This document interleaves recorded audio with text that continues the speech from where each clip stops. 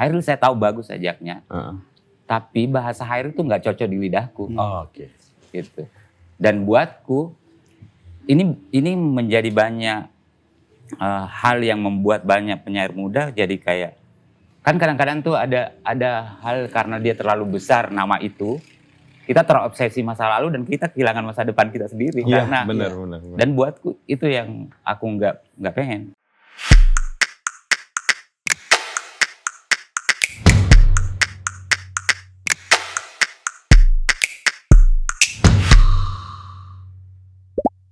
Halo teman-teman, ketemu lagi dengan saya Putu TA, Kepala Suku Mojo di tempat yang seolah tidak di Jogja ini. Iya, kayak di Ubud. Jogja lagi banyak kayak gini, ini tahu lah.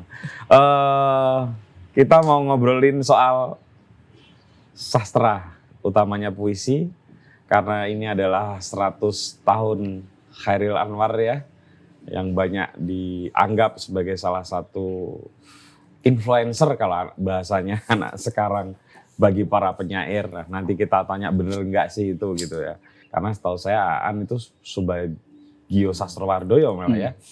Nah, kebetulan di depan saya ada dua narasumber yang sangat otoritatif. Satu Aan Mansur dan satu lagi Asef Saiful Anwar. Aan jelas tidak perlu saya perkenalkan sebagai seorang penyair karena bukan hanya penyair terkenal, tapi juga penyair sampai sekarang kayaknya belum ada yang menyaingi tingkat keterlarisan bukunya. Belum ada ya? Semoga. belum. Terutama dimulai dari hype-nya itu Melihat Api Bekerja, terus Tidak Ada New York Hari Ini. Saya mau klarifikasi. Lebih laku, sama-sama laku dua-duanya. Lebih banyak mana oplahnya? Kalau oplah sebenarnya masih tetap lebih banyak Tidak Ada New York Hari Ini. Cuman penjualan yang paling stabil sampai sekarang. Sampai sekarang. Karena yang Tidak Ada New York Hari Ini mengikuti hype-nya AADC 2 ya. Aan ini sebetulnya juga menulis yang lain, menulis novel dan menulis cerpen, tetapi rasanya ya kita sebut saja beliau sebagai penyair. Karena berapa? 7 atau 8 buku khusus? Buku puisi berapa puisi. Ya? Lebih kali. Lebih ya. Karena udah beberapa. Dimulai dari Hujan Rintih-Rintih, diakhiri Hujan Rintih-Rintih pertama kan? Iya, pertama. Terus diakhiri. Terakhir dengan yang Sira. Waktu yang tepat untuk melupakan waktu. Waktu yang tepat untuk melupakan waktu.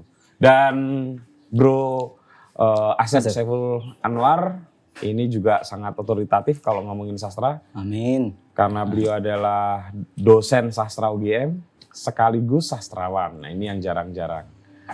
Sastrawan pun menulis di semua gagrak sastra ya. Masih belajar. Yang paling terkenal bukunya Al-Qudus sama Searah Jalan Pulang. Searah Jalan Pulang. Kumpulan puisi itu. Ya, jadi kita ngomonginnya hari ini sangat tidak perlu diragukan lah. Karena kalau beliau berdua ini pasti otoritatif ngomongin tentang sastra, terutama puisi. Kita mulai dari hal yang personal dulu, biasa. Walaupun Aan sudah sering cerita, tapi kenapa Aan tertarik dengan puisi? Oke, apa ya?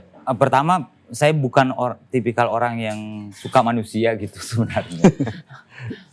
Jadi suka ngurung diri gitu sejak kecil gitu. Di keluarga pun saya bukan orang yang bisa berkomunikasi dengan ibuku gitu misalnya.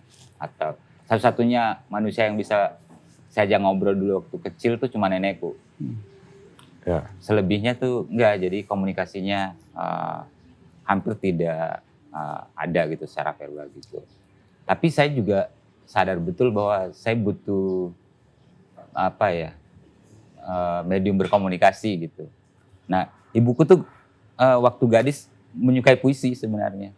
Jadi pernah bahkan pacaran dengan orang yang punya koleksi gitu. Ibuku cuma tamat SMP sih. sekolah menengah ekonomi gitulah. Hmm. Jadi kayaknya, dan dia pendiam juga, pendiam sekali orangnya gitu. Jadi akhirnya saya merasa kayak hal-hal yang saya pikirkan tuh kalau saya mau komunikasikan kayak awalnya cuman pengen Tuhan dan saya yang tahu gitu lah, kira-kira gitu. Nah tapi pas SMP, Sanawiyah tepatnya, lari dari pesantren waktu itu, terus Sanawiyah, ya begitulah karena saya nggak suka kerumunan, selalu sembunyi. Jadi saya milih sekolah tuh satu-satunya alasan milih sekolah yang tepat saya pindah-pindah adalah kalau punya perpustakaan buat tempat sembunyi. Karena perpustakaan kan nggak ada orang yang mau datang ke situ. Jadi selalu tempat sembunyi. Nah di satu kali tuh ketemu buku puisi tipis Simfoni 2 Subagio. Aku membaca kayak, ternyata orang bisa nulis kayak gini nih. Kayak seperti ini yang aku bayangkan, yang pendek tapi kayak bisa mengatakan banyak sekali hal gitu. Dan setiap saya baca lagi kayak ada hal lain lagi yang dia katakan gitu. Aku coba-coba akhirnya belajar kayak gitu. Untuk kepentingan menyimpan pikiran-pikiranku aja sih. Oke. Sampai SMA aku ketemu lagi nih sama pustakawan yang guru sastra kebetulannya. SMA nggak masuk pesantren lagi? Enggak. Enggak ya? Dan dia tahu kalau dia selalu memperhatikan saya di perpustakaan nulis kan, dia itu akhirnya dia baca gitu. Terus itu akhirnya dia ngasih saya buku-buku puisi gitu. Kayaknya kamu belajar gitu. Dia baca kayak, wah ini mirip puisi-puisinya Sapardi gitu. Aku nggak tahu. Terus saya bilang, padahal saya sedang berusaha biar mirip Subagio tuh, tapi orang bilang, padahal saya belum pernah baca puisinya Sapardi. Itu akhirnya dia kasih gitu. Aku nulis lagi gitu, contoh lagi. Dia kasih lagi satu buku, aku coba tiru lagi gitu. Tapi kemudian kayak, kok kayaknya selalu nggak bisa ya, nggak pernah berhasil ya. Akhirnya kemudian saya merasa kayak, oh ternyata tuh ini metode yang jalan yang cukup panjang, karena ternyata peniruan itu membuat saya mengenali semua hal yang bukan saya gitu justru. Gitu. Dan itu jadi mengasihkan kan, kemudian akhirnya pindah-pindah gitu, kayak membaca lagi, ketemu penyair baru lagi, coba tiru lagi, dan melihat misalnya oh ada satu bagian yang aku cocok gitu, tapi aku akhirnya jadi tahu yang bukan saya tuh ini gitu. Kayak Pak Sapardi misalnya, aku merasa kayak sebagai orang Bugis ini nggak Bugis banget gitu. Cara komunikasi di puisinya tuh kayak nggak Bugis banget. Aku suka permainan bahasanya gitu, tapi kayaknya nggak Bugis banget gitu. Ada sesuatu yang rasa Bugis yang agak ceplas-ceplos belak-belakan gitu kalau ngomong. Aku ngerasa nggak menemukan itu di puisi ini gitu. Gitu. Terus beranjak awal-awal, akhir-akhir SMA misalnya ketemu Jokwin gitu. Wah bisa ya orang nulis puisi gini gitu, simpel banget. Seperti Joko Pinurbo ya? Misalnya gitu. Tapi aku coba gitu. Ya, tapi dasar sebagai orang Bugis yang nggak ada selera humornya gitu, aku ngerasa kayak nggak bisa melucu gitu. Gitu. Jadi sebenarnya akhirnya puisi itu membuat saya belajar hal-hal di luar puisi kemudian. Kayak aku belajar akhirnya struktur bahasa Bugis tuh kayak gini karena mempengaruhi caraku berpikir gitu. Hal-hal seperti itu sebetulnya membuatku akhirnya menelusuri semacam tradisi sastra Indonesia, kemudian kayak ada namanya GM, ada namanya ini, ada namanya ini, untuk mengecek kayak ini gak cocok buat lidahku, ini gak cocok buat bahasaku gitu. Tapi Aan merasa kemudian sudah menemukan inilah stilistikamu gitu ya. Itu di buku keberapa? Benar-benar aku merasa baru mulai menemukan itu sebenarnya ya benar-benar mulai kayak di Melihat Tapi Bekerja gitu. Melihat Tapi Bekerja ya. Ya karena misalnya kayak aku kan udah nerbitin berapa 8 atau 9 cerpen juga ya, kumpulan cerita pendek. Buku 1 2 3 juga merasa belum apa? Ya masih masih eksperimental semua lah ya. Semua hal dicoba, teknis-teknis penulisan gitu. Melihat Tapi Bekerja dan langsung itu pula yang meledak kan? Iya. Nggak nyangka juga sih sebenarnya karena merasa kayak kalau justru aku merasa menghadirkan sesuatu yang udah nggak mengikuti dalam tanda petik gitu, kayak udah diriku sendiri.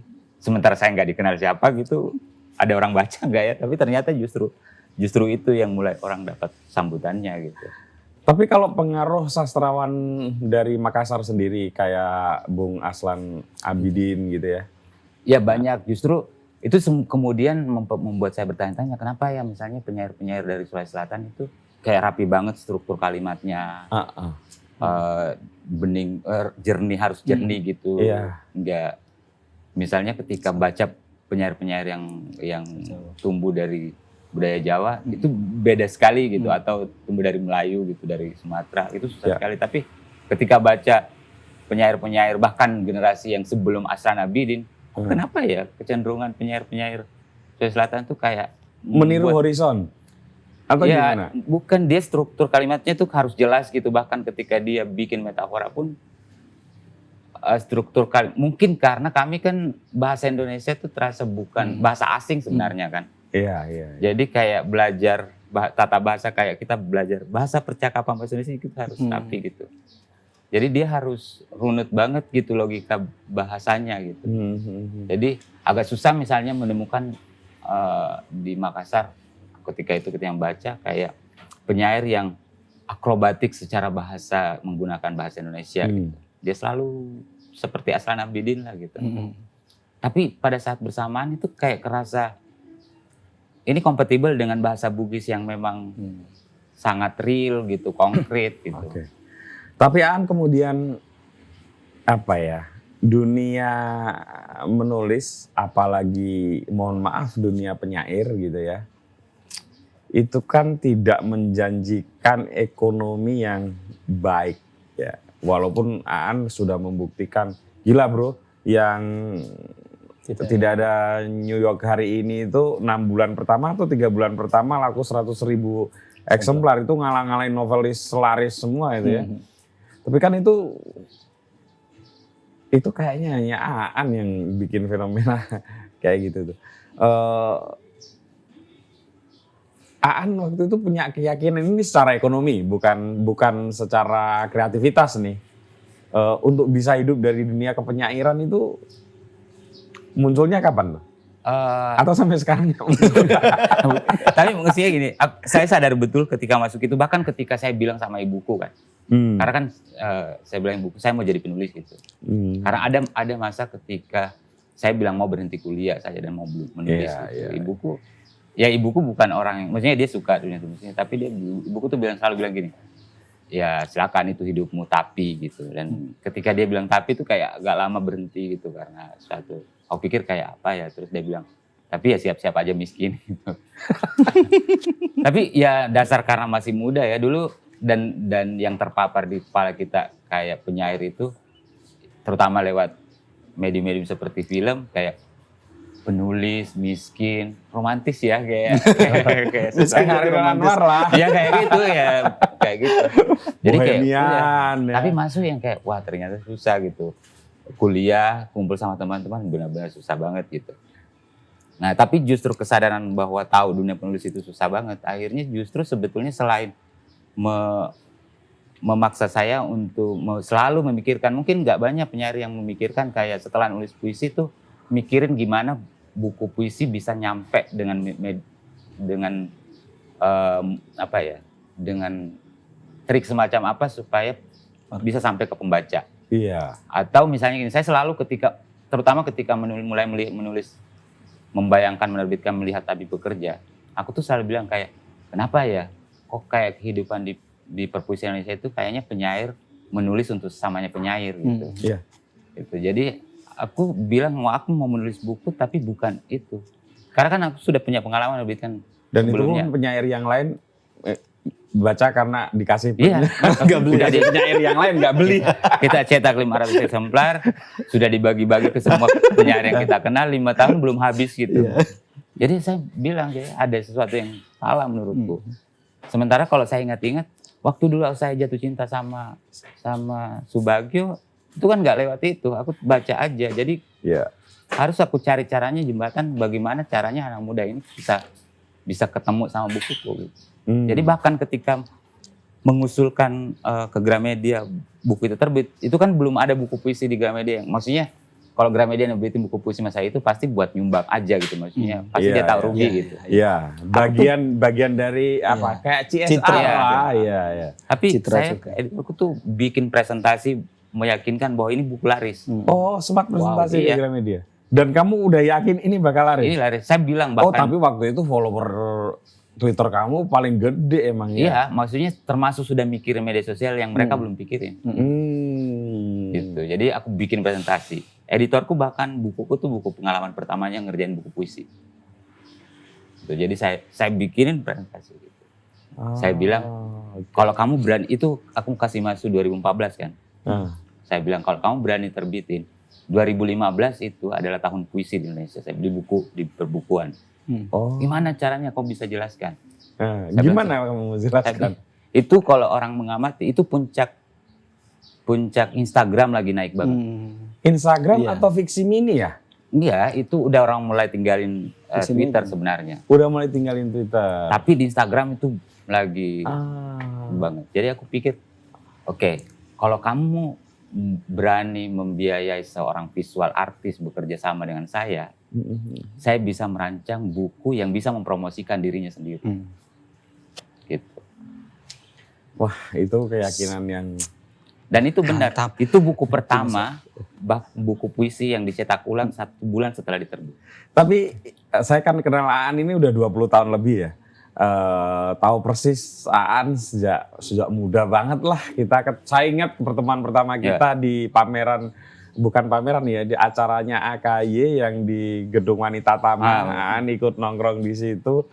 Dan ya kami sering ketemu di Makassar, Aan juga sering kesini. Dia bukan tipikal orang yang bisa mempromosikan dirinya, ini menarik. Waktu udah punya keberanian mempromosikan bahkan presentasi ke penerbitan.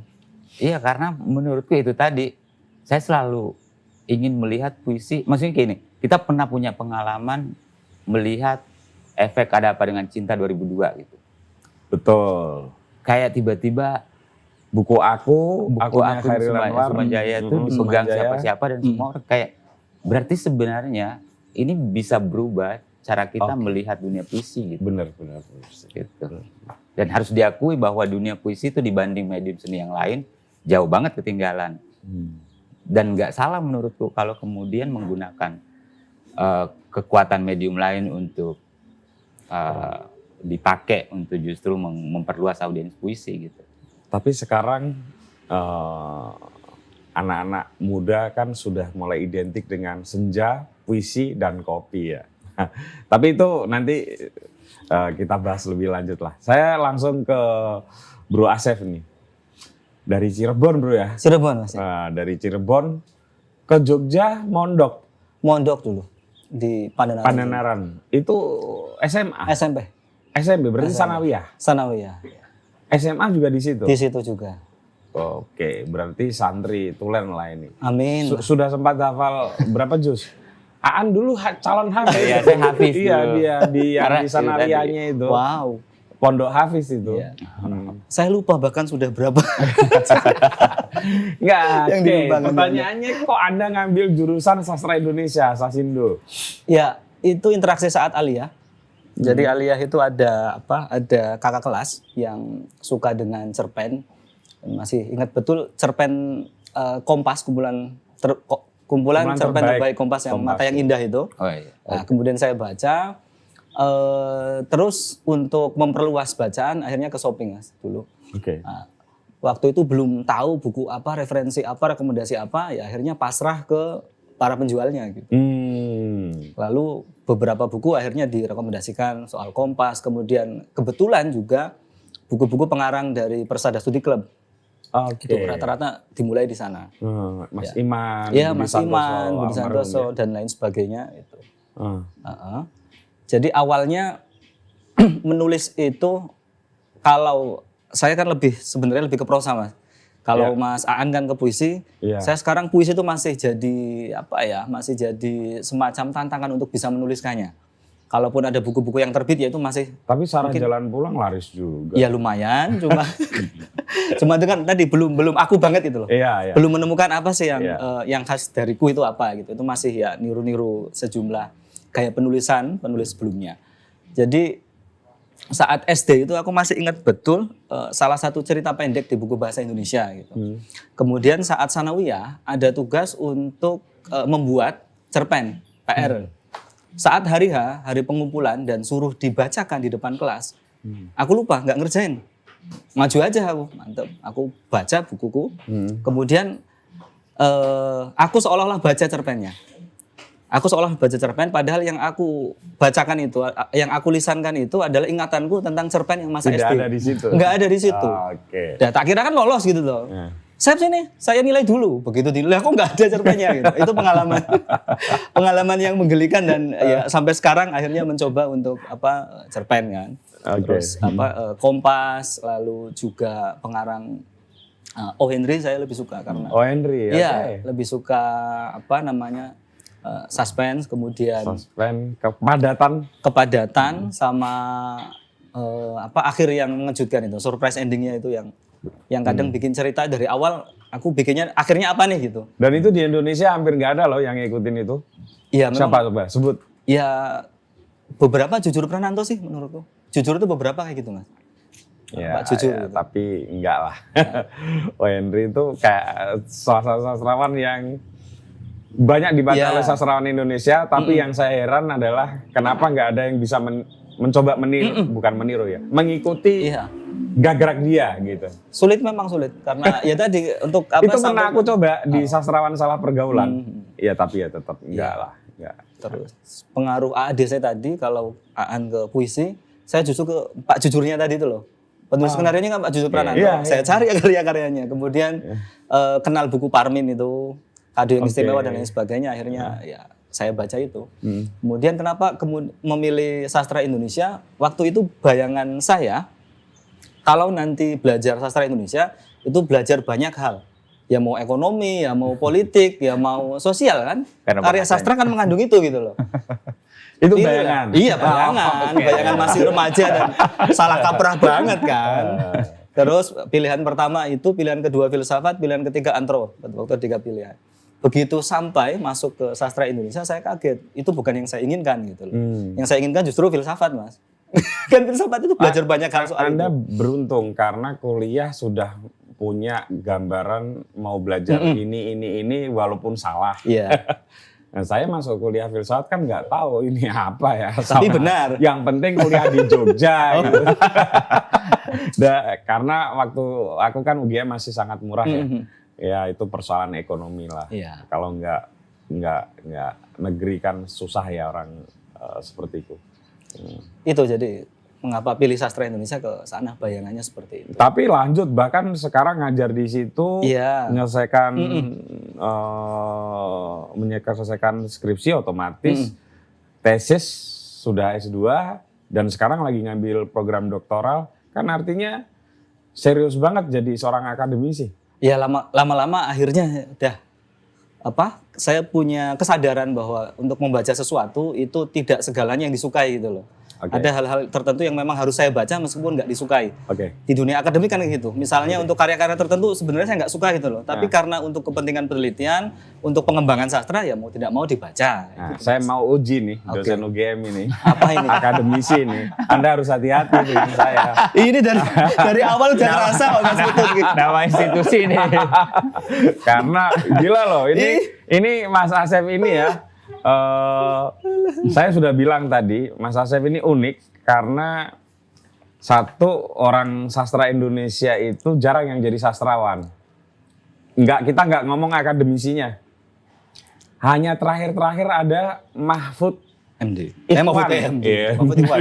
Lali aku seniorku. ya. politik.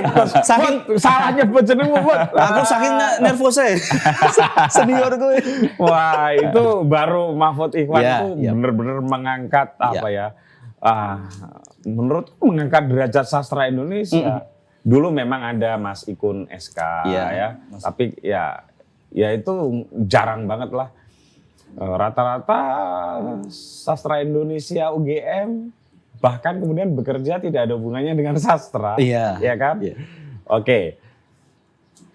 Ada 3 untuk disederhanakan ya, sebetulnya ada banyak. Tapi untuk disederhanakan ada 3 bentuk sastra yang banyak didalami oleh para sastrawan di Indonesia. 1 novel, 2 cerpen, dan ketiga puisi.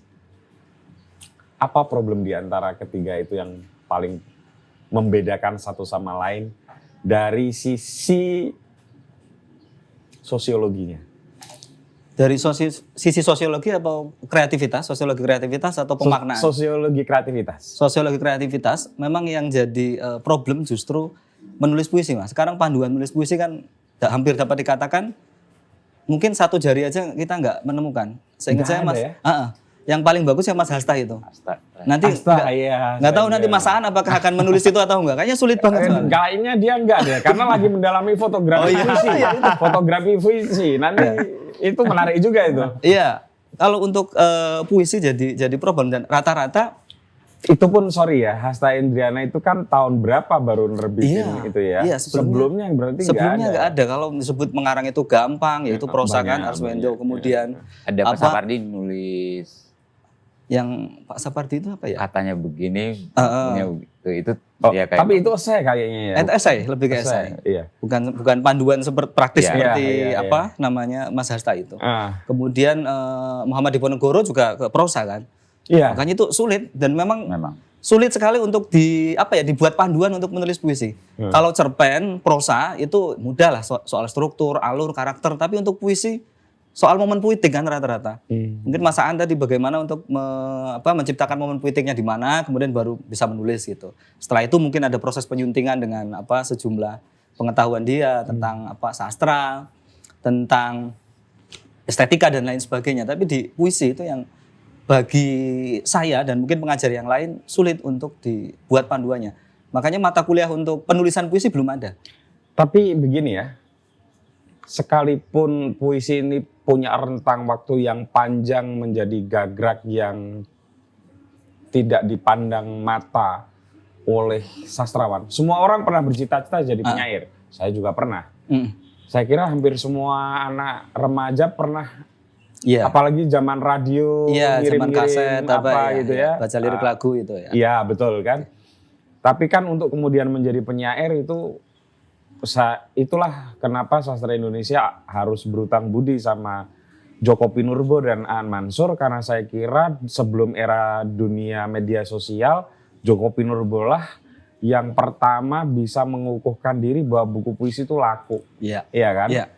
Aan Mansur apalagi tadi kita sudah lihat itu gila bro, memang itu udah di luar nalar saya bahkan sebagai seorang yang mengikuti dunia penerbitan lah. Masalahnya adalah kenapa dari orang yang sejak remaja banyak sekali bercita-cita jadi penyair, tidak ada yang lolos jadi penyair, itu satu. Pertanyaan yang kedua agak lebih berat lagi. Kenapa sastra Indonesia tidak banyak mencetak sastrawan? Penyair maksudnya? Penyair itu sastrawan. Itu soalnya puisi. Oke, sastrawan. Ini sastrawan dulu, apalagi penyair. Gimana tuh? Iya. Yang pertama dulu deh. Yang pertama itu dikembalikan ke motivasi sebenarnya, Mas. Motivasi ketika dia menulis puisi untuk apa gitu. Kalau misalnya untuk ketenaran ini misalnya ya, saya mau nulis puisi biar tenar. Tapi ternyata dalam perjalanannya ada wahana atau media yang lebih mudah untuk tenar dibandingkan puisi. Hilanglah itu. Atau motivasi materi tadi, uang. Itu sejak awal udah mulai ragu nih, kira-kira mau nggak untuk terus nulis puisi. Kalau Mas Aan kan tadi konsisten kan, dengan konsekuensi tertentu, kemudian dia mencoba mendekatkan pembaca ke puisinya. Jadi yang pertama persoalan motivasi, kemudian yang kedua itu persoalan penerimaan. Kita semua nulis puisi, tapi belum tentu apa yang kita tulis, kita sebut sebagai puisi, diterima oleh orang lain sebagai puisi misalnya. Misal, itu bukan puisi, ini hanya ini. Tapi bagaimana sorry saya potong. Tapi bagaimana itu bisa menjelaskan puisi-puisi keren dari Gunawan Muhammad deh. Gunawan Muhammad menulis Asmaradana itu menurut saya kalau disebut 10 buku puisi yang mesti dibaca, saya kira satu itu harus dibaca. Iya. Kalau dari temannya siapa? Afrizal Malna. Iya. Atau era-era sebelum Pak Sapardi Djoko Darmono almarhum itu dijadikan cuplikan undangan. Nggak laku bro buku-buku sekualitas itu. Ya itu makanya kan persoalannya soal penerimaan tadi mas. Penerimaannya sesuatu disebut sebagai puisi itu kan harus melalui perantara toh. Jarang sekali yang misalnya aku baca puisinya Aan, aku sebut puisi kemudian. Lah masa orang nganggap Gunawan Muhammad atau Sapardi Djoko Damono di era sebelum dunia medsos ya. Beliau ketika dunia medsos kembali bukunya termasuk ya nggak bisa dipisahkan dari fenomena Aan Mansur dan Joko Pinurbo kan. Tapi kan relasinya Gunawan, relasi para penulis tadi itu adalah memang aktor-aktor sastra Indonesia gitu loh. Kalau untuk soal publik pembaca penulis sastra kalau itu makanya tadi Mas Aan bilang dibaca hanya untuk para penulis gitu loh dan mereka belum berkepikiran untuk pembaca yang lebih luas soal nanti memperbarui tradisi dan lain sebagainya. Artinya orang-orang yang dulu bercita-cita jadi penyair sebetulnya tidak mengonsumsi karya kreatif dari para penyair kita. Kebanyakan yang mati rata-rata seperti itu. Kalau yang terus konsisten punya motivasi yang lebih untuk menjadi penyair, mereka pasti akan mengkonsumsi bukan hanya penulis kita sebenarnya. Penulis yang luar juga. Kalau kita juga nanti ya masih kurang lah. Tetap harus baca penyair dari luar juga, Mas. Jadi itu sih problemnya. Dan pembaca puisi kan terseleksi banget. Beda dengan pembaca prosa misalnya. Tadi secara kita untuk membeli puisi misalnya beberapa orang itu masih enggan karena kan dibaca sekali udah gitu toh. Sama ini kalau prosa itu misalnya ya pekerja apa gitu ya pengen mendapat hiburan dari cerita gitu kan. Iya. Sementara ketika di puisi kan itu tadi awalnya masih dapat dikatakan banyak lapisan makna yang harus diungkap itu loh. Anda sosiologi spesifikasinya sosiologi? Iya ke arah sana juga. Sosiologi sastra. Sosiologi sastra. Terus bagaimana menjelaskan sekarang puisi kemudian menjadi melewati cerpen? Iya. Nah, kalau novel mungkin belum ya dari sisi jumlah tapi kalau cerpen udah kalah tuh. Orang sekarang semua udah ngomongin puisi, udah bersair gitu ya. Ya itu apa tuh? Fenomena ya tadi mulai dari ADC 2002 itu. Kemudian banyaknya ADC atau Dian Sastro ya? Dian Sastro mah Mas Putu.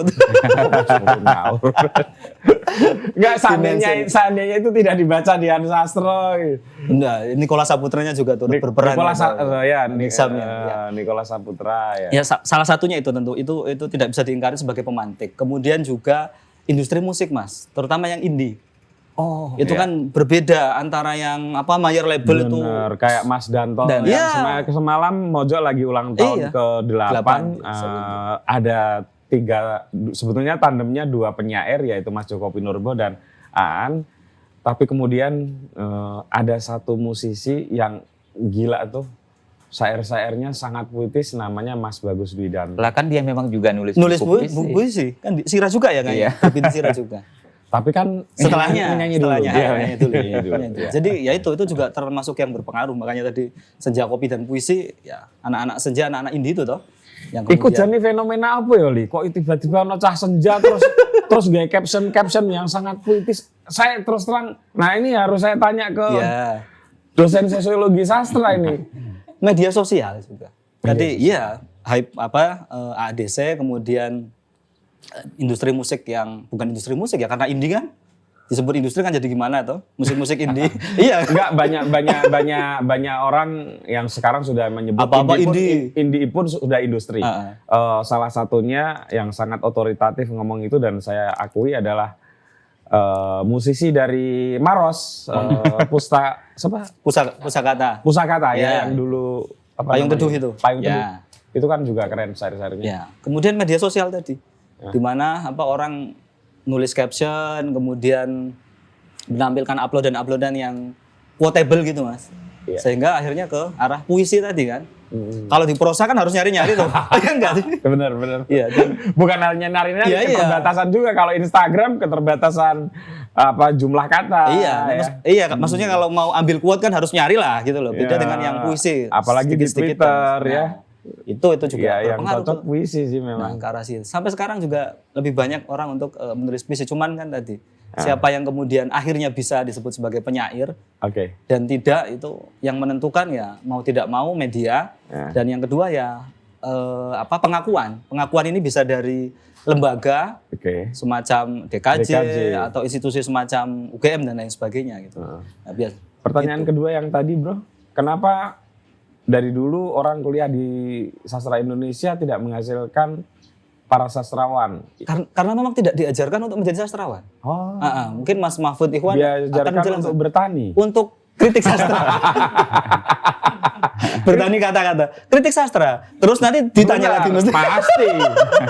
Persoalan yang selalu dituduhkan oleh institusi akademisi dan institusi pendidikan dan para akademisi sastra adalah minimnya, miskinnya kritik sastra di Indonesia. Loh, gimana tuh? Oke, sekarang kita harus melihat dulu. Dilihat dari mana kok minim kritik sastra misalnya ya. Yang pertama tentu itu dari media massa kan? Awalnya kan kritik sastra itu kan dari media massa, misalnya karya-karya H.B. Yassin atau Gunawan, Ariel Herianto, Arif Budiman, itu kan semuanya di media massa. Horizon dan lain sebagainya. Kemudian peran media massa kan sudah mulai turun nih. Jadi selain juga kritiknya nggak ada, medianya kan udah mulai jarang toh. Kemudian kita juga secara umum itu tidak menyebut skripsi sebagai kritik sastra kan? Karena nggak dipublish. Ya itu makanya. Padahal itu sebetulnya kritik sastra. Itu kritik sastra dan Saya ini juga itu harus diakui bahwa ada kelemahan, ada kelalaian dari akademik ya. Dari akademisi gitu untuk bisa mempopulerkan gitu karya itu ke bentuk yang lebih luas gitu loh. Saya setuju. Nah, itu jadi kondisi matinya ya karena dilihat tadi di sisi media massa. Saya pernah masuk ke perpustakaan sastra UGM. Ya. Skripsi-skripsi itu banyak yang bagus tentang kritik sastra. Ini serius. Tapi persoalannya tidak didistribusikan atau apapun itu ya disampaikan ke publik. Karena itu kalau mesti disampaikan ke publik mestinya kan nggak bisa harus diolah ulang kan? Nggak bisa kayak gitu. Iya. Masa harus baca pendahuluan, landasan teori kan ya pusing lah orang kan maunya ya nggak kayak gitu. Nah itu usaha untuk membuat tulisan itu menjadi gaya bahasanya populer dengan kandungan yang masih ilmiah, itu yang kemudian tidak ada Mas. Apalagi dari mahasiswanya gitu kan, begitu lulus ya udah gitu loh. Tapi kalau teman-teman yang aktif kayak saya atau Mbak Aida kan akhirnya dipetik, kirim mana, seperti itu. Saya baru tahu ini, sastra Indonesia itu tidak mencetak sastrawan. Tidak. Mencetak kritikus sastra, akademisi sastra. Itu edisi ketika saya kuliahan, sekarang sudah mulai bergeser. Yang mahasiswa baru ini? Mahasiswa baru, MBKM itu. Enggak. Kalau mahasiswa baru kan, nanti kita ngomongin motif nih. Institusinya sebagai learning process institution gitu ya. Dia memang mau mencetak sastrawan atau akademisi sastra? Sekarang sudah bisa dua-duanya Mas. Sudah bisa. Ada perubahan. Jadi ada perubahan besar. Jadi teman-teman mahasiswa yang masuk sastra Indonesia dan mungkin sastra yang lain, kalau di sastra Indonesia sudah bisa lulus tanpa menulis skripsi. Jadi nulis kumpulan puisi, kumpulan cerpen, novel, bahkan artikel jurnal. Kalau dikumpulin itu bisa. Enggak, kalau artikel jurnal bahkan cuma jurnal. Scopus tadi ya? Enggak, yang penting Sinta istilahnya. Sinta. Nasional gitu. Iya. Itu 2 sudah bisa lulus gitu. Tentu dengan pertanggungjawaban. Kalau masuk situ udah susah sih. Ya itu makanya. Berarti kumpulan puisi udah bisa membuat lulus seorang sarjana walaupun nanti dipertanggungjawabkan secara akademisi ya. Dan mata kuliah juga sudah mengarah ke sana. Kalau dulu kan belum ada penulisan karya sastra, belum ada. Sekarang sudah ada. Ini kabar baik buat teman-teman. Nah, sekarang balik lagi sastra Indonesia peminatnya 2 kali lipat nih sekarang. Iya. Nah, kalau boleh tahu kan pasti ngobrol tuh sama mahasiswa. Apa sih cita-cita mereka masuk Sasindo? Beberapa ingin jadi penulis, beberapa ingin jadi penulis dan alasan mereka tadi, alasannya mengapa milih bahasa dan sastra Indonesia dipengaruhi oleh bacaan seperti Terelie, Firsa Besari, untuk beberapa hal, Dewi Lestari, ada juga yang Laila, ada juga Aan Mansur gitu dan banyak penulis-penulis yang mempengaruhi mereka. Jadi ada kesadaran untuk memilih sastra Indonesia tanpa pilihan yang keberapa gitu. Tapi gila ya Terelia ini ya. Iya. Dahsyat. Saya walaupun banyak kritik soal Terelia, saya sudah menyaksikan sendiri banyak sekali anak-anak SMP ya yang mulai membaca karya sastra. Karya sastranya harus begini nanti supaya nggak terjadi problem. Iya. Tapi setidaknya membaca karya berkisah begitu, itu memang buku-buku Terelia. Iya, dan apa? Saya percaya Mas, bacaan mereka akan berkembang gitu. Pasti. Ya pasti, itu makanya. Pasti. Orang dulu Anda nggak tahu ya sosial saya kan ya bacanya Freddy S. Eric Rob. Kalau itu masih ada unsur sastranya, Eri. Kalau Freddy S ya, pokoknya plotnya kayak gitulah gitu ya. Oke, Pak Aan masih optimistis nggak ini dinamika puisi di Indonesia ini akan makin bergerak lebih bagus lagi? Iya, kalau tadi mendengar tadi itu kan sebetulnya yang jarang orang lihat bahwa Saman tuh memungkinkan satu generasi untuk mengalami bahasa menjadi jauh lebih ketimbang kita. Ya, gitu. Karena kita ada perantara medium yang lain, jadi kita mengalami bahasa tulis, bahasa visual dan sebagainya itu. Jadi pengalaman bahasa itu menjadi sesuatu yang memang dialami oleh publik anak-anak muda ini sebagai satu keseharian, bukan hanya seperti saya sebagai penyair yang saya mengalami bahasa ketika saya menulis puisi atau puisi. Jadi itu faktor yang sangat menentukan kenapa menjadi banyak orang kemudian mengalami sastra gitu, terutama puisi. Kan kalau kita ngomongin puisi kan sebetulnya pengalaman pertama yang kita kejar dari puisi ada pengalaman bahasa, kan mengalami bahasa. Betul. Itu bedanya dengan prosa yang orang mau mengalami narasi, cerita gitu. Setuju. Nah, anak muda ini karena ada perantara teknologi dan sebagainya, mereka maksimal fungsi bahasa tuh mereka mengalami karena nggak berhadapan secara bahasa nonverbal gitu.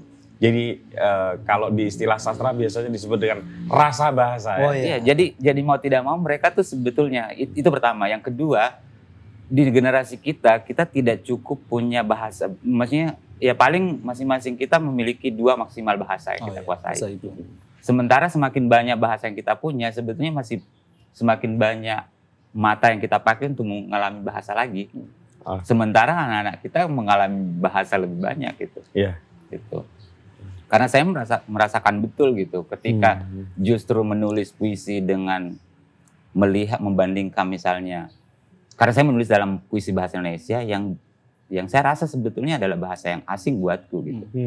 Karena saya tubuhku tuh pikiranku berbahasa Bugis gitu. Tapi ketika mengenali bagaimana sistem bekerja bahasa Bugis, lalu saya coba menuliskan itu yang kadang-kadang terasa kompatibel, itu yang membuat saya memikirkan bahasa Indonesia. Gitu. Kayak bahasa Indonesia itu rasanya sangat bahasa komunikasi, bahasa yang abstrak gitu, membahasakan konsep, tapi nggak real. Sementara bahasa umumnya bahasa lokal tuh bahasa ibu kita tuh konkret kan. Tapi Aan waktu kalau tadi ini ya ketegangan seperti itu tuh berlangsung lama dan sudah dilewati atau sekarang masih punya problematika seperti itu? Itu sesuatu yang pasti karena kayak di kepalaku ketika melihat sesuatu. Ya jadi kan sebenarnya bisa dibilang pekerjaan pertama saya sebagai penyair itu adalah penerjemah sebetulnya. Menerjemahkan bahasa Bugis di pikiranku menjadi bahasa Indonesia. Gitu. Jadi sebetulnya puisi di kepala ini berbahasa Bugis? Iya, benda-benda di kepalaku ini adalah bahasa Bugis. Maksud saya menyebut benda-benda karena bahasa Bugis itu sangat lebih konkret gitu. Gitu. Tapi sementara ketika saya mau masukkan dalam bahasa Indonesia karena saya punya kesadaran menulis dalam bahasa Indonesia. Disitulah percakapan 2 bahasa ini jadi menarik gitu. Dan itu kamu anggap sebagai tantangan yang justru menguntungkan atau gini, kalau misalnya kita anggap kita ini orang Melayu nih misalnya ya, orang daerah di Sumatera itu kan lebih mudah tuh. Walaupun ya tentu ada perbedaan gaya dan langgam ya. Itu gimana tuh? Itu menguntungkan menurutku kalau banyak penyair Indonesia kembali melihat bahasa ibu mereka, menurutku kaya sekali puisi Indonesia ini. Oh, setuju. Gitu. Setuju. Akan sangat kaya sekali karena bahasa ibu kita juga sebetulnya, bahasa kan kalau kita bilang itu kayak medium yang kita pakai berpikir, maksudnya produk pertama cara kita berpikir kan. Dan itu bisa akhirnya kita tahu bahwa cara orang Bugis memandang dunia itu ada perbedaan dengan orang Jawa memandang dunia gitu sebetulnya. Dan itu bisa kita. Itu saya bisa bayangin sih kalau yang non puisi ya, yang misalnya karya-karya Azhari gitu. Itu kan gila tuh ya. Iya. Eksplorasi bahasanya dan keberanian dia untuk menggunakan langgam-langgam dan pola gini ya. Saya nggak kritikus sastra, tapi pola ucapnya, pola pikir dan pola ucapnya dia menerabas gitu. Dan disitulah kemudian kita ngomong Chairil Anwar yang konon berani membuat pembaruan dalam sastra Indonesia gitu. Setuju nggak Pak dosen? Setuju kalau gitu. Setuju. Apa yang membuat Anda setuju? Ya kita lihat puisi-puisinya kan sangat-sangat jauh dengan Pujangga Baru kan. Misalnya kalau Pujangga Baru itu meskipun mereka mengatakan puisinya sudah modern, tapi pengaruh pantun, pengaruh syair itu kan masih ada. Iya. Pengaruh dalam rima, jumlah barisnya harus berapa, jumlah suku kata dalam setiap baris apa. Chairil enggak. Chairil enggak seperti itu. Kalaupun dia punya rima, ya rimanya yang seragam A semua, bukan yang AB seperti itu gitu. Iya. Dari sisi karya udah sangat menonjol dia. Konvensi Pujangga Baru dia tentang kan. Kemudian yang kedua dari sisi tema juga baru, bukan lagi yang sifat indie itu kan. Tapi sudah persoalan psikologi, persoalan perkotaan dan lain sebagainya. Iya. Kita kalau melihat Chairil bisa dua-duanya dari sisi karya dan personal. Sisi karya tadi seperti itu. Intinya kalau di sastra Indonesia, sepengetahuan saya, sastrawan yang kemudian dianggap punya status yang mapan itu memperbarui tradisi dan juga punya tema yang baru. Ya, Mas Aan juga kan sama toh, ada tradisi puisi yang dulu misalnya waktu itu masih Afrizalian lah gitu. Mas Aan masuklah dengan konvensi yang berbeda. Tema-tema juga berbeda gitu. Rendra juga seperti itu, Wiji Tukul seperti itu ya, termasuk juga Chairil. Tapi yang menarik ya tetap Chairil dari sisi personalnya kan penuh paradoks. Kita kenal misalnya dia suka nyuri buku kan? Nyuri buku, plagiat? Enggak, iya plagiat juga.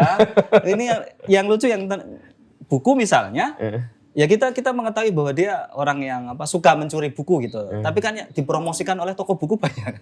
Iya enggak? Itu lucu satu. Kemudian yang kedua, kita juga melihat kalau Chairil kan seorang yang individualis. Betul. Tapi kita merayakannya kan bersama-sama terus. Aan sangat individualis. Pendiam. Nah, ini kan sama itu. Kemudian yang ketiga soal penerimaan tadi.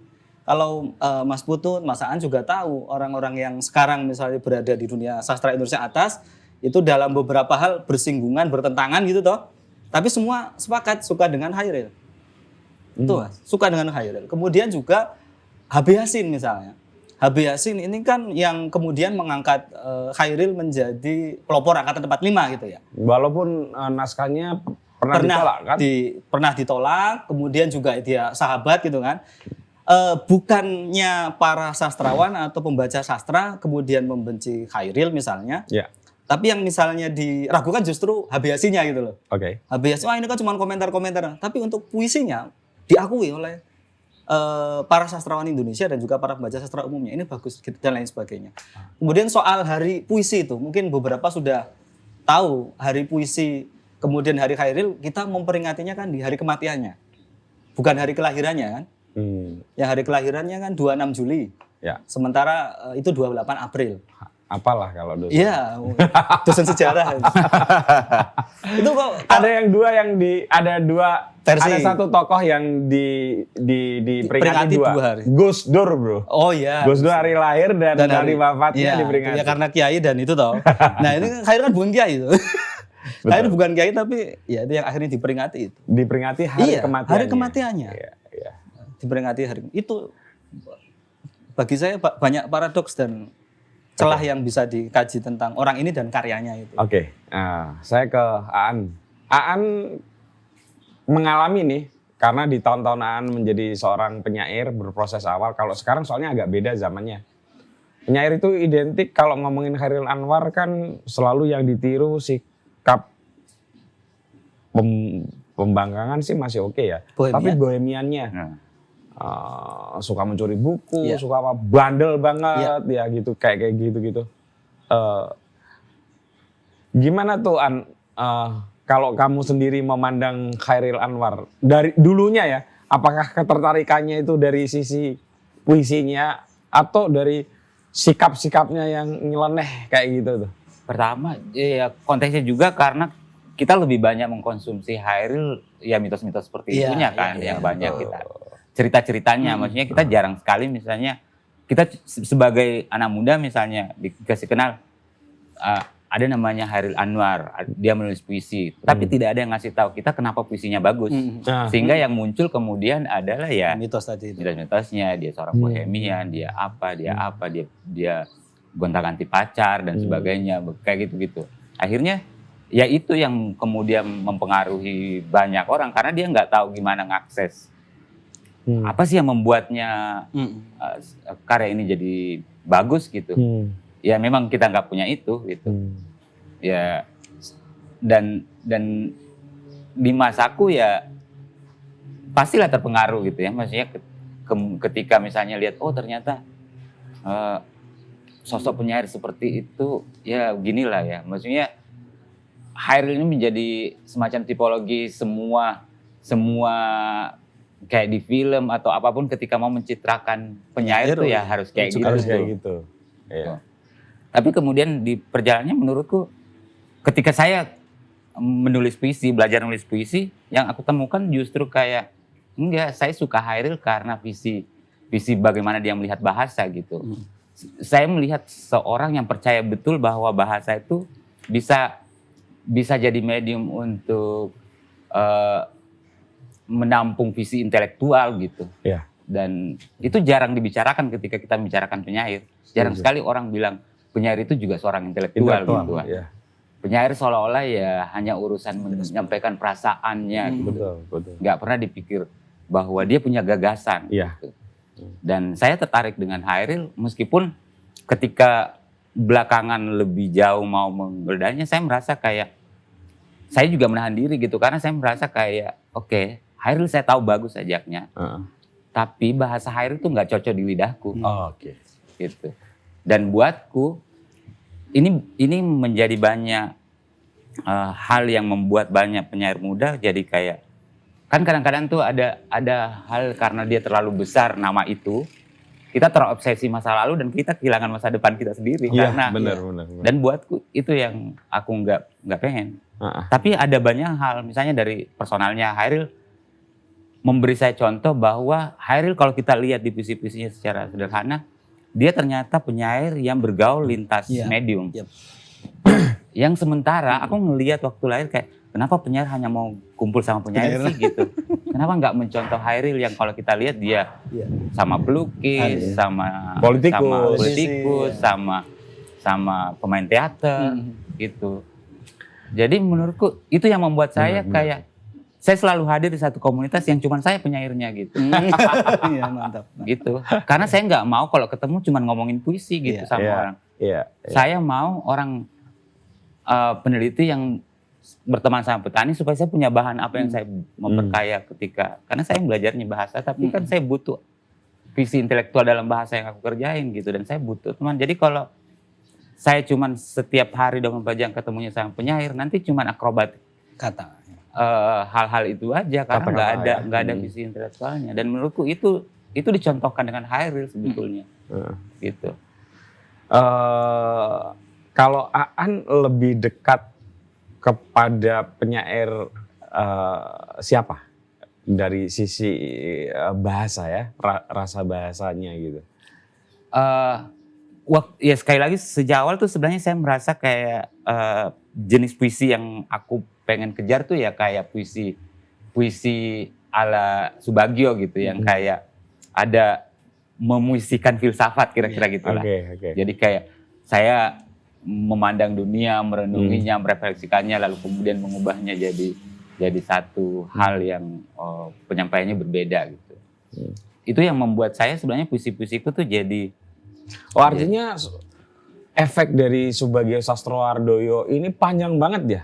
Dari mulai tertarik pertama sampai kemudian sekarang.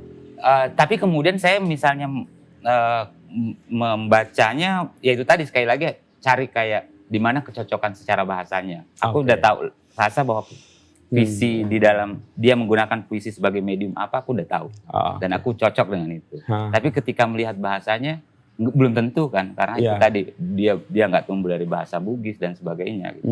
Lalu aku cari gitu. Misalnya aku membaca penyair-penyair luar yang aku rasa lebih cocok. Gitu. Yang cocok mana? Siapa tuh kalau luar? Misalnya kalau di luar yang kira-kira mirip dengan Subagio misalnya Wisława Szymborska, kita bacanya di sini. Dia penyair Polandia misalnya. Kamu nyari penyair yang saya nggak tahu. Kayak gitu-gitu, penyair-penyair itu. Atau misalnya gini, saya tuh merasa penyair puisi-puisi Indonesia sangat maskulin gitu. Sementara saya tumbuh tidak ada punya ayah gitu. Semua bahasaku tuh bahasa perempuan gitu. Jadi kemudian dan sementara susah sekali mencari referensi penyair Indonesia perempuan yang cocok rasanya. Oh gitu. Jadi ya. Kemudian saya mencari keluar gitu kayak Neruda gitu nggak menyentuh sisi. Neruda oke ya. Cuman kan kita sekali lagi kemudian ya banyak kontes ya kayak seberapa besar akses kita bisa dapat hal-hal semacam itu gitu. Kemudian kalau sekarang iya sih dengan mudah seperti itu. Dan itu tadi keinginan untuk menelusuri hal-hal seperti itu sebetulnya yang mengakumulasi membuat saya bagaimana semakin berusaha mempelajari bahasaku gitu. Bahasa dalam pengertian ya termasuk bahasa Bugis kayak karena saya belajar bahasa Inggris saya punya bahasa lagi nih untuk membandingkan dua bahasa yang tadi. Kenapa? Oh ternyata beda banget. Tapi bahasa Arab malah nggak ini ya kamu ya? Penyair-penyair yang berbahasa Arab, ini pinter bahasa Arab soalnya.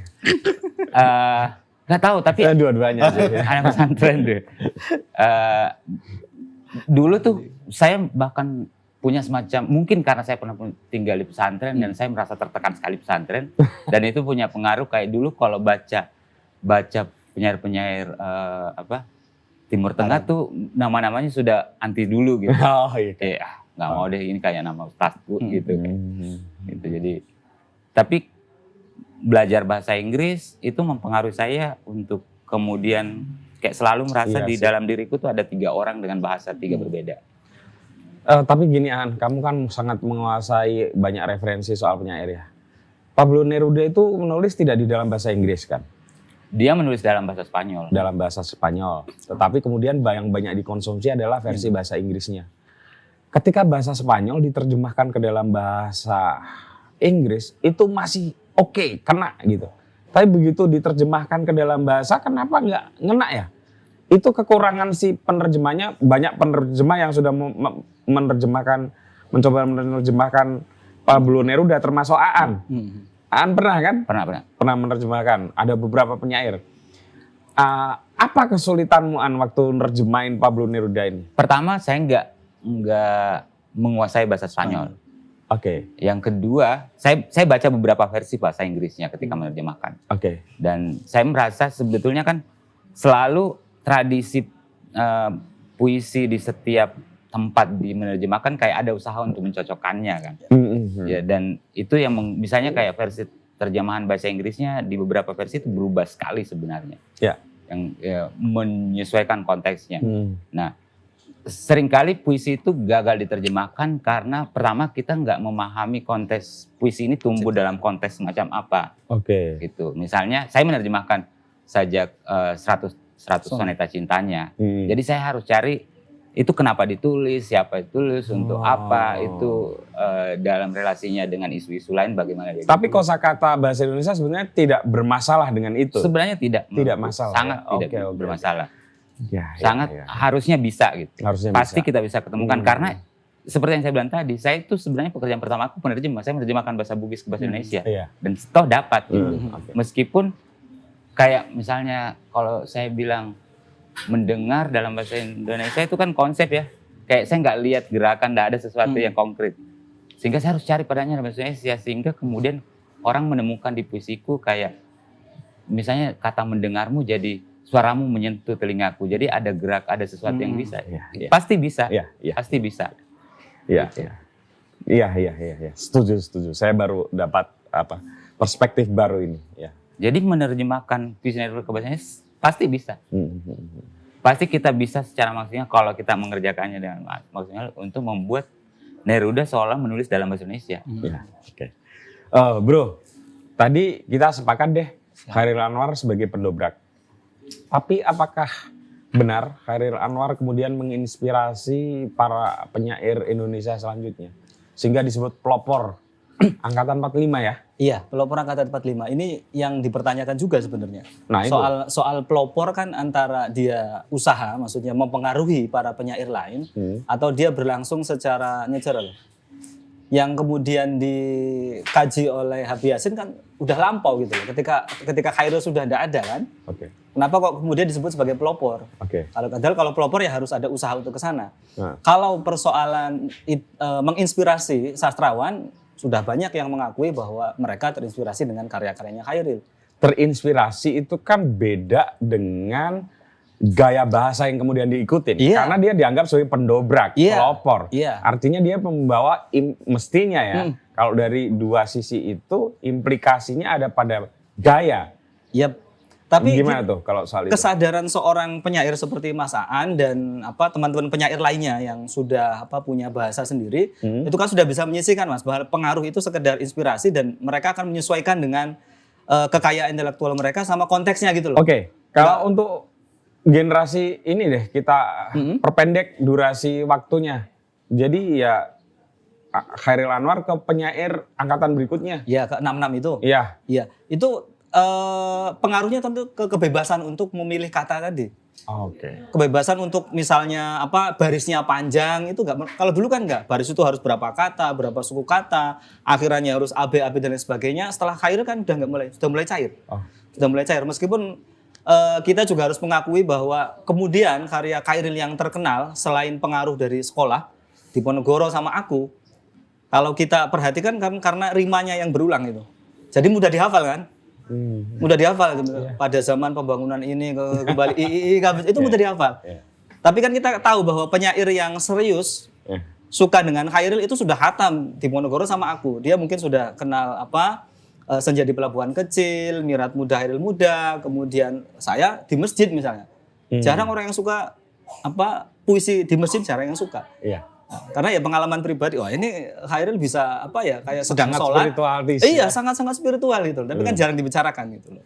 Nah, saya kira banyak inspirasi, tapi kesadaran para penyair yang sudah baik itu ya tahu bahwa ya sekedar inspirasi, untuk penulisannya kan akan berbeda. Tadi Mas Aan misalnya mencontohkan gitu juga kan. Wah, cocok ini. Anda yang mau memperdalam sastra Indonesia, masuk UGM diajar oleh salah satunya Mas Asef Saiful Anwar yang memang ya kita udah saksikan memang sangat otoritatif kalau ngomongin sastra. Terakhir ini untuk Aan nih. Akhir-akhir ini, bukan akhir-akhir ini ya, mungkin 2 atau 3 tahun yang lalu Aan mendalami fotografi. Dan menurutku itu bukan hanya mendalami, Aan udah aku anggap gila ini. Orang kok bisa ya menghasilkan foto-foto yang sangat puitis gitu. Pertanyaan pertama adalah kenapa melirik wahana atau medium fotografi? Yang kedua tentu apakah ada hubungan antara cara berpikirmu atau perasaanmu sebagai seorang penyair terhadap karya-karya fotografimu? Gimana? Menyukai seni visual sebenarnya sudah lama. Saya suka, tapi kan saya nggak tahu menggambar gitu. Saya memilih fotografi itu sebetulnya sekali lagi ya urusan bahasa gitu. Saya merasa bahwa bahasa teks, bahasa verbal tuh aku sudah punya plan sana. Tapi di kontes sama yang bergerak sangat visual, aku pengen menguasai gitu. Ketika sangat serius setahun terakhir ini aku sampai sekolah fotografi gitu. Maksudnya sekolah bukan dalam pengertian kayak bagaimana bikin teknis. Iya, itu udah selesai lah di YouTube banyak lah ya itu. Tapi gitu. memang kayak bagaimana menggunakan bahasa visual untuk menyampaikan sesuatu, merancang pendekatan tertentu untuk mengatakan sesuatu dan sebagainya gitu sampai hal-hal seperti itu. Sebenarnya salah satunya yang memaksa saya itu karena saya punya anak kembar yang baru berusia kecil. Iya. Dan saya ngelihat sebelum mengenal huruf, tuh anak itu sebenarnya mengenali dunia lewat elemen visual. Gitu, kayak belajar warna, belajar bentuk, belajar garis dan sebagainya gitu. Dan saya membayangkan anakku ini akan tumbuh mengalami dunia yang sangat berbeda dengan saya. Mereka harus belajar sejak awal. Sementara kita ini kan tumbuh kita sadar dunia bergerak menjadi sangat visual, kita sedang berada di satu dunia visual sekarang ini. Tapi kita tidak punya literasi visual. Sekolah nggak mengajari kita literasi visual. Kita diajari literasi baca tulis. Jadi kita sebenarnya kehilangan banyak skill untuk memahami dunia sekarang. Kalaupun ada yang menggambar 2 gunung itu ya. Akhirnya menurutku itu.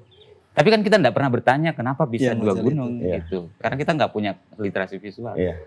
Itu. Yang kedua, saya secara misalnya selalu pertanyaan. Karena kalau saya nulis puisi sebenarnya seperti saya bilang tadi benda-benda ada gambar di kepalaku.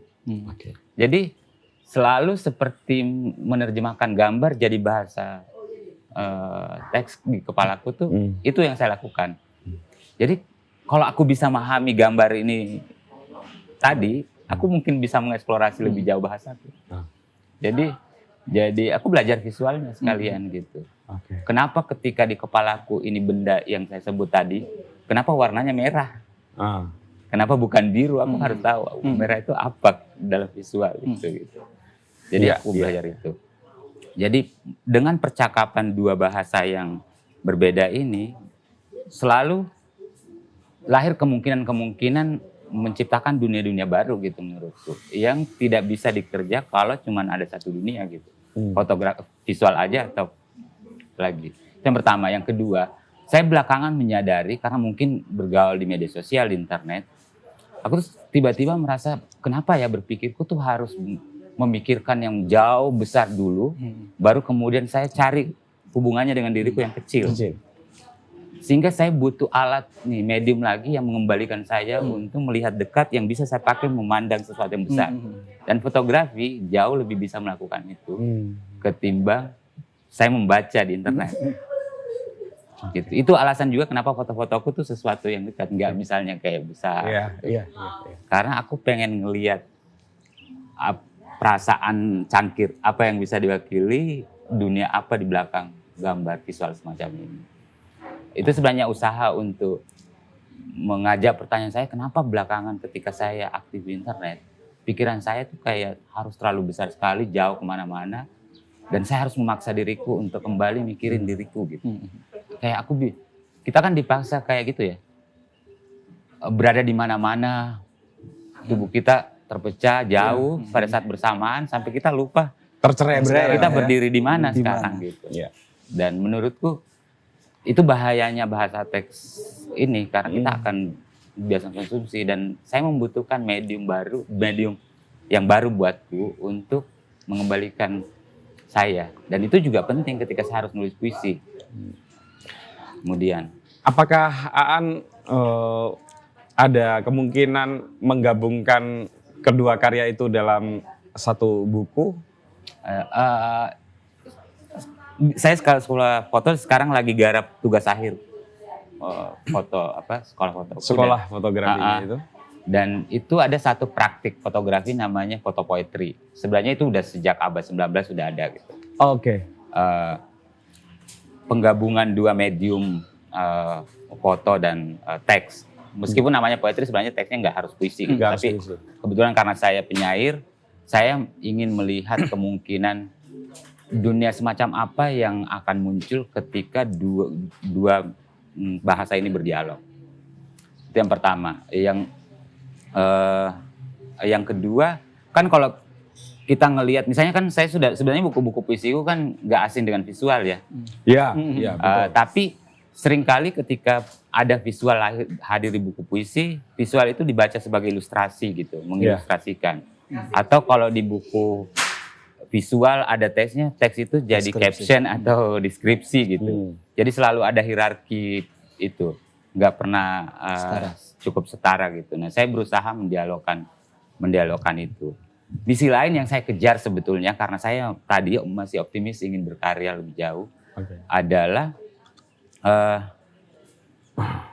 sebenarnya salah satu keresahanku ketika bukuku laris adalah, benar nggak sih pembacaku ini benar-benar membaca puisiku? Oh, kenapa? saya nggak tahu penyataannya, tapi kadang-kadang saya merasa bahwa puisiku di banyak hal itu diinterpretasi tidak sejauh yang aku bayangkan, maksudnya nggak ngerti ya sih? Atau kayak di foto, kira-kira kalau kita ngelihat foto, karena kita sudah sangat terbiasa lihat foto, kita berhenti kayak, wah cantik sekali ya fotonya, wah bagus ya warnanya, bagus ya komposisinya, tanpa pernah bertanya lebih jauh kayak, kenapa gambar itu dipilih, kenapa visual itu muncul. Jadi, dan kita berada di masyarakat yang seperti itu gitu, kayak puisinya wah romantis sekali, so sweet, penyair kayak gitu, gitu. Kan saya sudah bilang tadi di puisiku yang meskipun bicara sesuatu perasaan seperti itu, ada visi intelektual di belakangnya yang kadang-kadang orang nggak bicarakan itu. Bahkan ketika saya baca kritik sastra, orang kok nggak sampai ke sana ya? Apa saya gagal atau gimana? Tapi kok, atau jangan-jangan kita memang nggak punya waktu atau untuk membaca lebih jauh puisi gitu. Nah, saya membayangkan ketika dua medium ini bersandingan, orang jadi bukan berhenti bukan ekspresi pertamanya muncul adalah, reaksi pertamanya adalah bagus ya fotonya, kayak kenapa foto ini gitu, di mana letak indahnya, apa bagusnya, apa maksudnya, karena ada puisi dia baca puisinya mungkin ini gitu. Jadi pertemuan dua bahasa ini memungkinkan kedua medium ini dibaca lebih dalam oleh audiensnya. Karena saya masih punya obsesi, saya sudah merasa puas gitu ngelihat bahwa anak muda, anak SMP membaca puisiku. Tapi saya ingin orang mengalami lebih jauh bahasa gitu. Tapi itu tugasnya udah ongoing progress atau ya, berarti sekalian sama teksnya, sama syairnya? Karena kalau saya memikirkan teksnya dulu juga dia akan bisa jadi ilustrasi gitu. Jadi aku coba jadi satu rangkaian foto yang aku tahu tema-tema tertentu gitu, misalnya yang aku batasi, kayak misalnya di percakapan kan temanya utamanya sebenarnya percakapan gitu. Jadi misalnya kalau saya mengambil gambar-gambar benda-benda subjek-subjek di luar rumah, bukan manusia, saya akan bicara nanti puisi yang di dalam rumah, sesuatu yang lebih di dalam, sesuatu yang manusia, sehingga kemungkinan percakapan kan itu juga bicara kayak manusia itu jarang memikirkan dirinya sebagai bagian dari alam, misalnya kayak kita bicara kemarin. Kalau saya memotret batu, orang nggak pernah sebagai manusia menganggap bahwa batu itu bagian dari dirinya juga. Jadi ada percakapan seperti itu juga. Iya. Sorry, itu biasanya kursus kayak gitu kan dari luar ya? Di Indonesia, saya sebenarnya di Indonesia ada. Ini di Indonesia ini. Ini kursusnya di Indonesia. Artinya nanti membuat kata-katanya juga berbahasa Indonesia. Bahasa Indonesia. Tapi memang ya sama sih kayak tadi, kayak tugas akhir kita bikin proposalnya dulu sampai memikirkan kayak pendekatan foto apa, kenapa kamu milih itu, gagasannya sebenarnya apa gitu. Karena gini Aan, saya kan perhatikan juga tweet-tweetmu, Instagrammu juga kan, Aan ini sebetulnya sudah mulai bukan lancar ya, sangat menguasai teknis penulisan puisi bahkan dalam bahasa Inggris gitu. Makanya saya enggak ya, ini bahasa Indonesia ya. Iya. Tapi kalau saya tuh masih selalu curiga kenapa misalnya pembaca bahasa Melayu itu kan besar ya. Jadi ketimbang diterjemahkan dalam bahasa Inggris, saya selalu masih penasaran. Memikirkan pembaca di Brunei, Malaysia. Makanya buku-bukuku tuh aku lebih fokus. Karena kalau tuh saya diterjemahkan bahasa Inggris, siapa sih yang baca sana? Enggak, maksudku kamu sering berkarya membuat, walaupun bukan dianggap puisi, tapi ya puitis lah menurutku. Dan dalam bahasa Inggris yang orang nggak mikir gitu. Ya karena ya Sebetulnya kalau dibilang yang saya konsumsi sehari-hari ya bahasa Inggris. Maksudnya teks yang saya konsumsi sehari-hari gitu. Nanti itu ketika selesai jadi tugas akhir akan dibukukan atau Aan akan bikin karya yang berbeda? Saya berharap bisa dibukukan sih. Maksudnya ya karena bagaimana nguji bahwa ini satu proyek berhasil apa enggak itu publik sehat. Oke, dan pasti para penerbit akan mengantri untuk menerbitkan karyanya Aan Mansur. Pasti itu. Banyak fansnya. Oke, Aan makasih banyak ya. Makasih. Karena Aan mesti pergi ke bandara untuk pulang ke Makassar. Dan terima kasih Pak dosen. Siap, sama-sama. Waduh, saya tunggu buku selanjutnya. Oke. Walaupun masih sibuk dengan disertasi ya. Iya, begitulah. Kalau boleh tahu disertasinya tentang apa? Tentang sastra humor Sastra di humor. Indonesia. Iya. Itu juga penting. Iya, itu makanya belum. Sastra Indonesia serius banget. Oke, sampai Ya, ketemu lagi dengan tamu-tamu saya selanjutnya. Makasih sekali lagi ya. Sama-sama, Mas Udon.